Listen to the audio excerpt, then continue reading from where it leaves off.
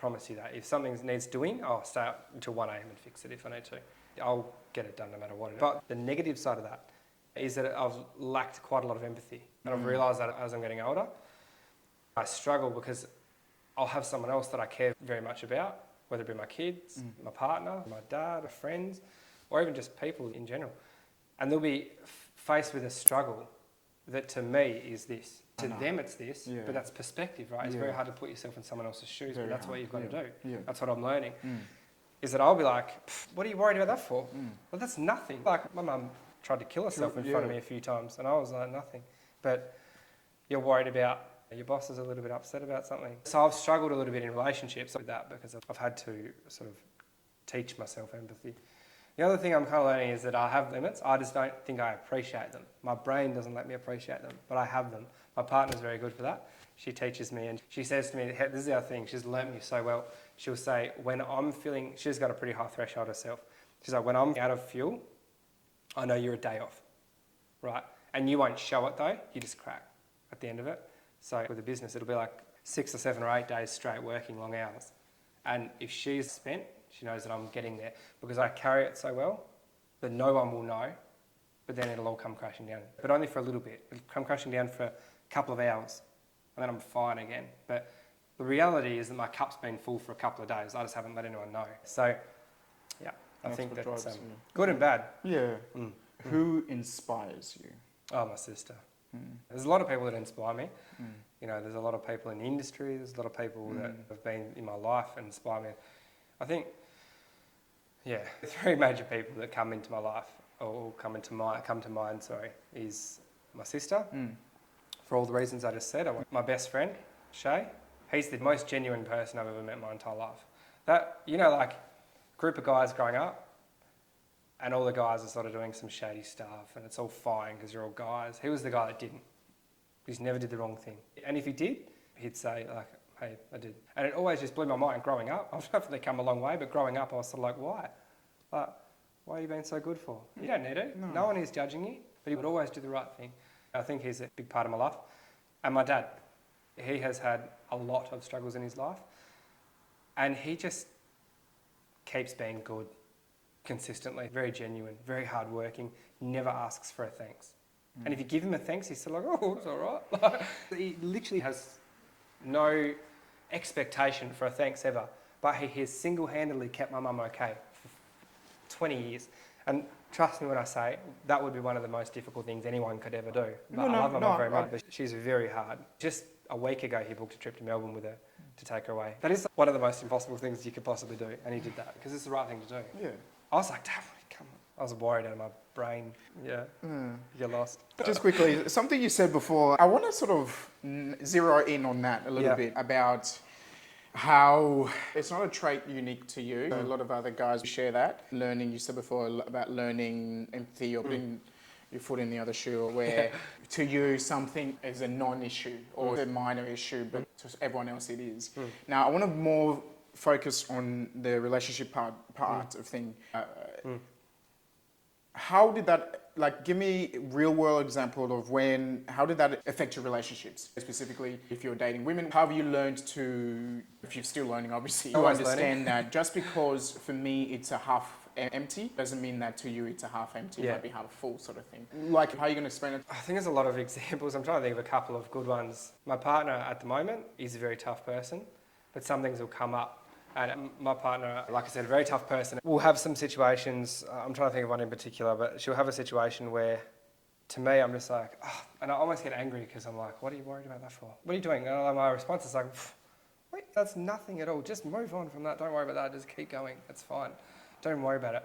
And she'll be upset about the situation and be really bothering her. And then she'll be upset with me because I wasn't empathetic to her. Because then she'll be like, you don't even care. Like, you're not even listening. You don't feel what I feel. And you're my partner. I'm supposed to lean on. You're supposed to be my safe space. And she'll say the challenging thing of being with me is that sometimes she just wants a cuddle, and for me to express to her that I understand and that it's okay to be upset about something, rather than me giving logic. I'm very logical. Like, do this, this, this, and this. Move on. Don't worry about it. Or if you did this, it wouldn't happen. But I try to give a bit of both now. I think it's hard. She's learning me, I'm learning her. This is an example. There was another example with my daughter as well, my eldest. I've got two. One's my partner's, one's mine, but they're both ours. And my eldest, I was a very tough dad. Loved her to bits, but very tough. Because my childhood versus her childhood is very different. If she had any situation where, I don't know what was going on, like something at school, someone's bullying her, she might be like, oh, this kid said this, it's really upset me. And she's really upset, she might be in tears about it. Obviously I'll be like, oh, okay, it's okay. But I'll have this little thing in the back of my mind that's like, that's nothing compared to what I went through. So I'm like, it's all right, keep moving. But she needs me to be the dad that is empathetic and say, hey, come on, it's okay. So it's hard. The same thing as with balance. Yeah, and like I said before, it's not something that's just unique to one. Unfortunately, it's all of us. Yeah. Because I can empathise with the feeling of it's not a big deal. Or my own struggle is I try to look at everything logically, which doesn't leave room for emotions. So I look at it and go, logically, what's the issue? Let's focus on the solution. I know what the problem is. What's the solution? And that has failed me a lot in relationships where they just wanted to feel heard, seen, and acknowledged, where I've just gone in and tried to find a resolution, I think that's what we do, yeah. And it's not so much that they need you to fix it, they're telling you that they just need you to listen and empathise. And I think guys, sometimes we call it nagging, but the reason why she keeps repeating is because you haven't actually listened the first time. So it sounds like nagging, but it's because she's having to say it again. And again, it might not be uniquely just to a woman. It could be if you're in a same-sex relationship, one of your partner, you're trying to convey something to you and you're not hearing that to the core. So that's why I wanted to zero in on the idea of learning a balance. My biggest thing is time. I teach my children time is the most important thing in the world. If you said to my daughters, what's the most important thing, they should say time. Right? And what that means is what you do with your time. So it's a balancing act because, I'm trying to build this business, which is taking most of my time, but I'm missing some time spending time with them. Like just this weekend, we did some stuff together, but it reminds you, how do you balance that? And that's it. When we're talking about being empathetic, there's only so many times, if we're talking about children, your friends, or your partner, that they're going to come to you and say, hey, I need a shoulder, and emotionally they just want a shoulder. They don't want advice. They don't want the solution. My partner mostly knows the solutions, to be honest with you. Yeah. She already knows what I'm going to say. And she'll say, I don't already know what you're going to say, but don't give me that shit. You know what I mean? And same for us. I think as blokes, right, I think that a hug, and I said to a good friend of mine, very good friend of mine, he's a wonderful man, I lunched with him the other day. He said, we were talking about this, and I said to him, you've got to say I love you to people. If you love them, say it and normalise it. And I've done that about 3 years ago. Yeah, I love it. I resonate with that. It's my best friend and my dad are two people that pop into mind a lot.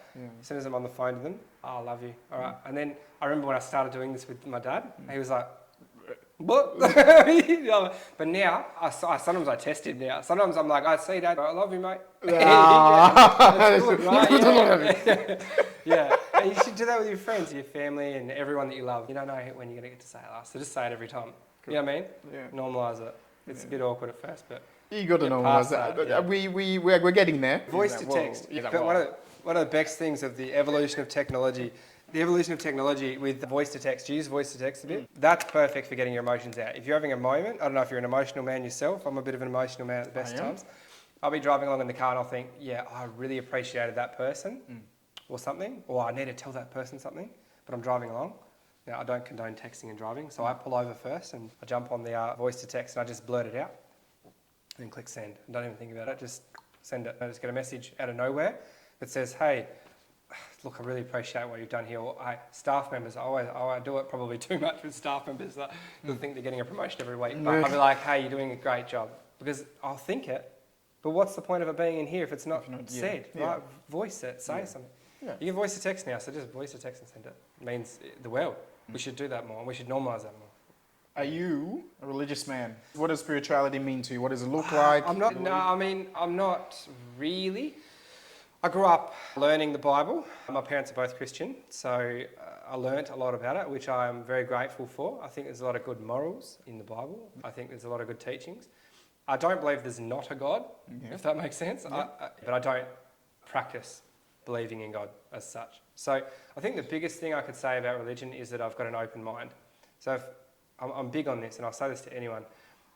Just because you don't understand something or don't believe in something doesn't mean that you know better or you can tell them what to believe and what not to. And that goes on both sides. If you are not religious, don't tell people that are religious that they're wrong because you don't know. And that's their faith, right? That's what they might be living for. So shut up. Just leave it. And on the same side, if you're religious and you want to tell someone else to believe in a different religion or believe in a religion and they don't want to, that's their prerogative. You can live the way you want to live, just live in peace. Either way, that's my big thing. So what governs you? For Christians, that's what governs us. Don't kill, don't steal. That's all normal. I had this conversation with my daughter the other day. We were talking about going to a school, and it's a Christian school. And she said, but I'm not Christian. Or what if they want me to be Christian? Like, she's not against it, by the way. She says, well, whatever you decide with your religion is entirely up to you.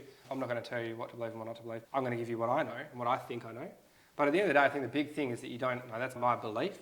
I think that we're not supposed to know. There's too much in the world, obviously. All of it.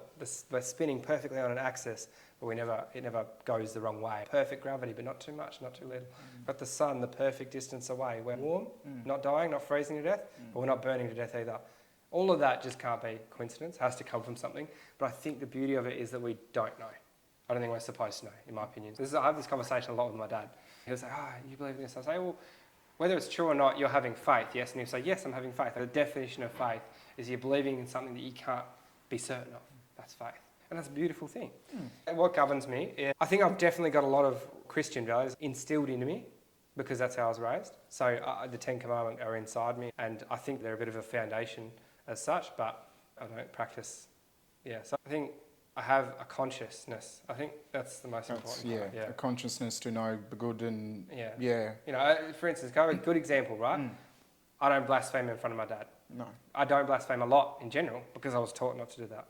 If someone does, I'm like, and I think that's not so much because it upsets me, because I believe that it upsets God, but it's because it upset my dad, and it might upset other people. So I'm like, just don't say it. What's the point? If it could upset someone. And people say, I can do what I want. But it's like, you can be, if you know that it's going to upset someone, what's the point, really? There's no one. It's one of those things. A little bit consciousness. What do you battle with daily? What keeps you... I'm not a morning person. Same. I struggle. I want to be a morning person so bad. I'll keep fighting that fight, but I'm a night owl. I start late. I keep working. ADHD. I'm not diagnosed with ADHD, but I'm certain that I've got ADHD. I know everyone in the world thinks I've got ADHD at the moment, but I think I genuinely have the real deal. It's been my biggest superpower because I work non-stop. I always think of a million things.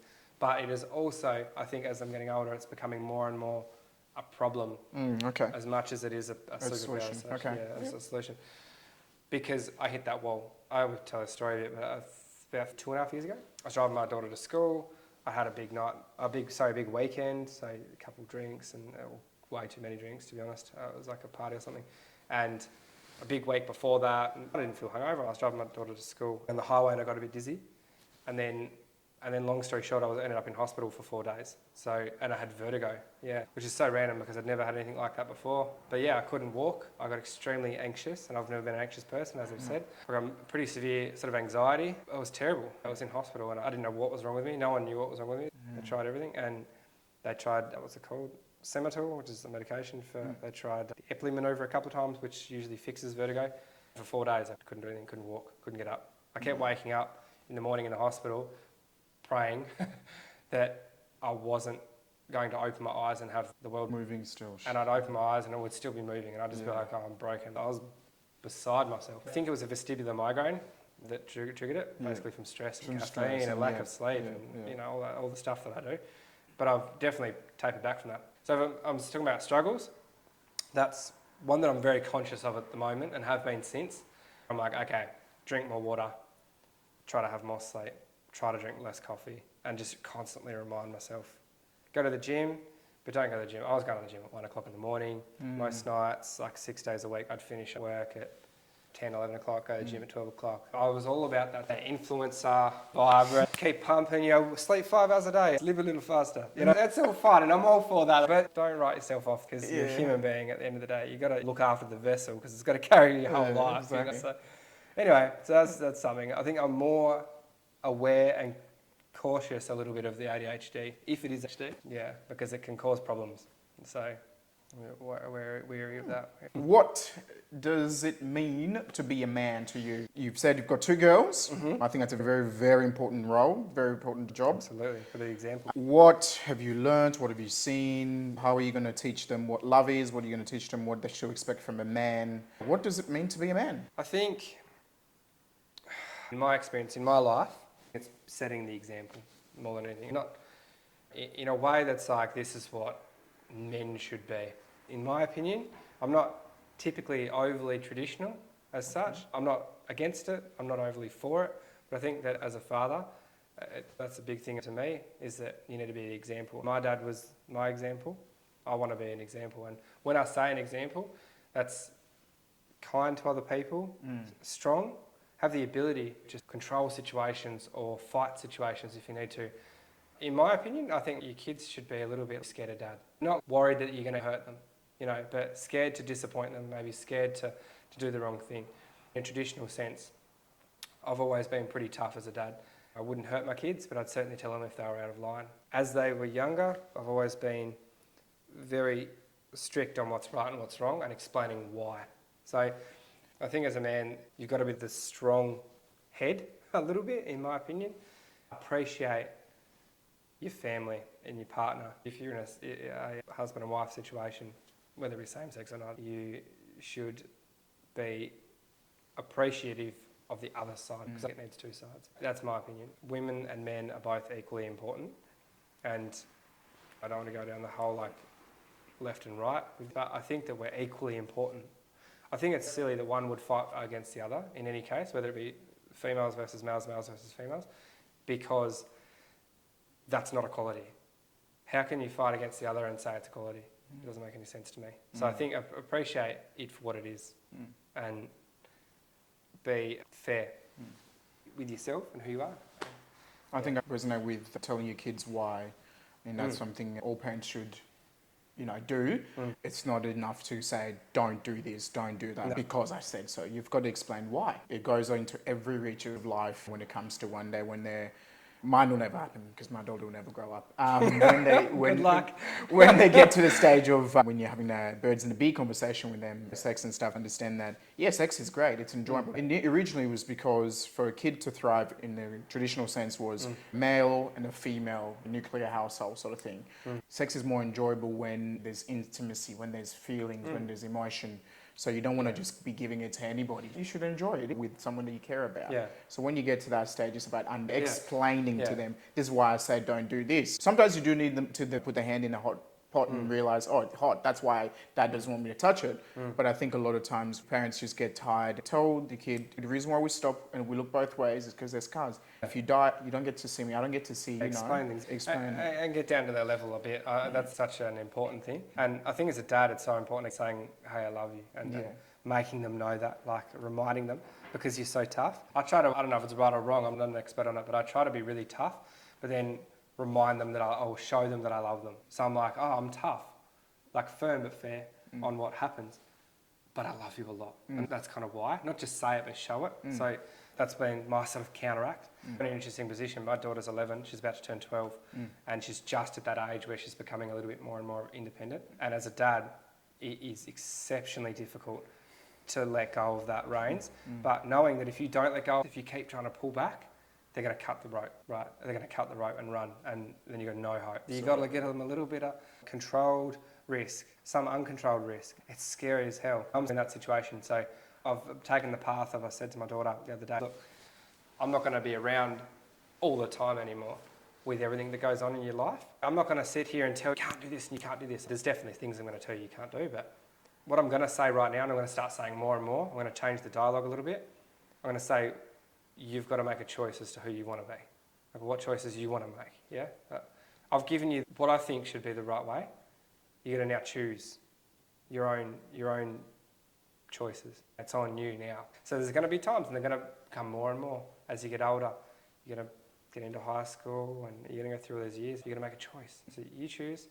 And there's going to be repercussions to the bad ones. There's going to be some good stuff from the good ones. I like that. You've got to choose who you want to be. I'm hoping, like I said, no expert, but I'm hoping that it'll start getting in her mind, I've got to make the choice here. What am I going to do? Am I going to go to this party with these people, or am I going to go home? Maybe you should go to the party, get in trouble. Maybe you think, I shouldn't have done that. I know I shouldn't have done that. I don't know. I'm hoping. What are some experiences you had as a child, and did that colour or change your understanding of what it means to be a man? Yeah, again, just my dad. It was the thing that changed who I am as a man, 100%. He was there. He didn't run away. And in many ways, he should have. He chose me and mum. That was massive.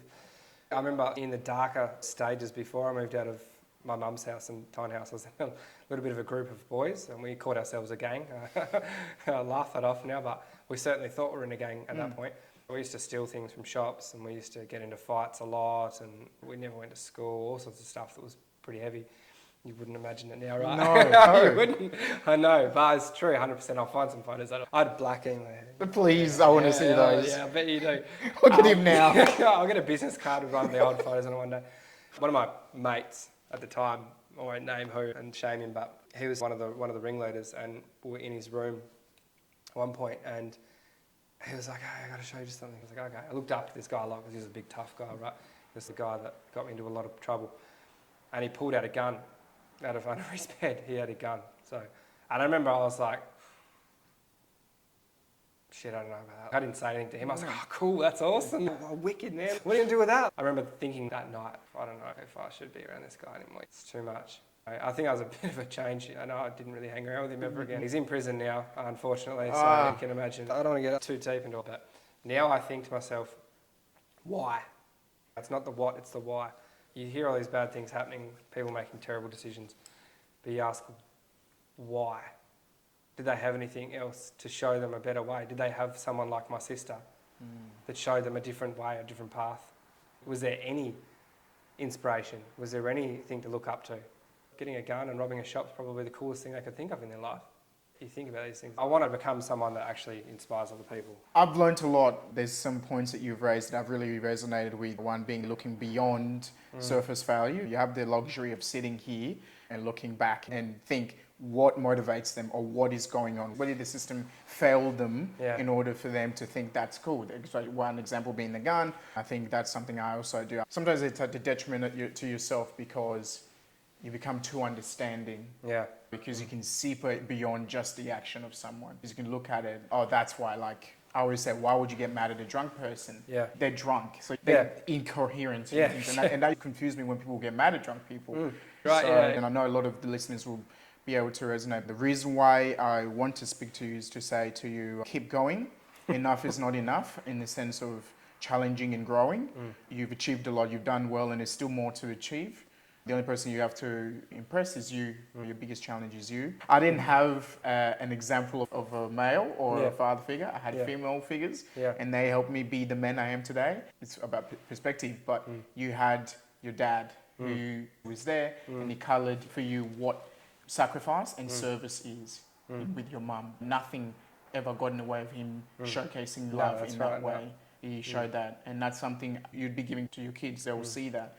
I hope so. That's the point. Yeah, and I really respect you. I'm definitely cheering you on. Thank you. And seeing where this goes. Right now, we're in the progress of renovating and getting into a space. Yeah. And Naaman has been working hard to get a space that you'll be proud of. Is there anything you want to say? Anything you want us to know? The first thing that comes to mind is watch this space. Yeah. So it's cheesy. Watch this space. This guy. That's it. No, but lots, I don't know, taking it one step at a time. Since starting the business, I've never been challenged with so much stuff. And what I mean by that is paying a salary. That was my most recent one. I was like, I'm now responsible for paying someone's salary. And laying in bed thinking, we're going to make sure we've got enough money to pay this salary. We've got to pay them the right amount. It's got to be kosher. It's got to be bang on. And you're now responsible for paying and looking after someone within your working environment. Like, whoa, like that's huge stress, right? That's just one stuff.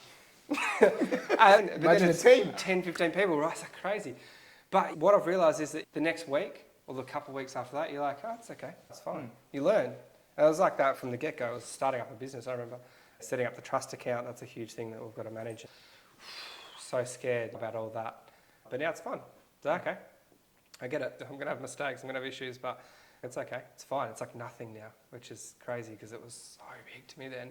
Put yourself in positions where you're scared out of your brain, and then the next day you won't be.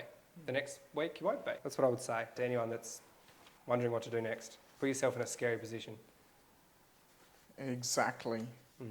Thank you. I really appreciate you agreeing to sit and have a chat with me. Thanks very much for asking. You're very welcome. Watch this space. It's been really informative for me, and thank you guys for listening. And yeah, please like the page, subscribe, so you don't miss out on any other uploads that I release. Please go and support a company that's at ground level. Obviously, it can only go up. Show your support, and thanks so much for tuning in, guys. Thanks to Gilly for looking after the camera, and everybody that's behind the scenes that has helped this come into fruition. Thank you and have a good night.